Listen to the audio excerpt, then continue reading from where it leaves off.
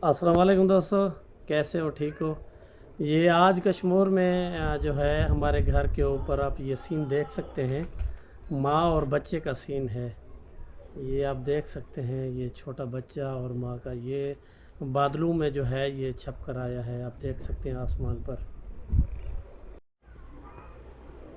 ये दोस्तों बादलों में ये सीन बनकर आया है।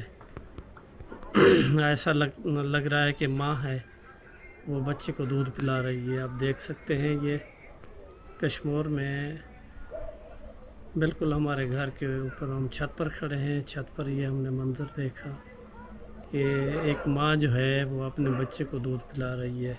इस तरह का कोई मंज़र है बादलों में आसमान पर।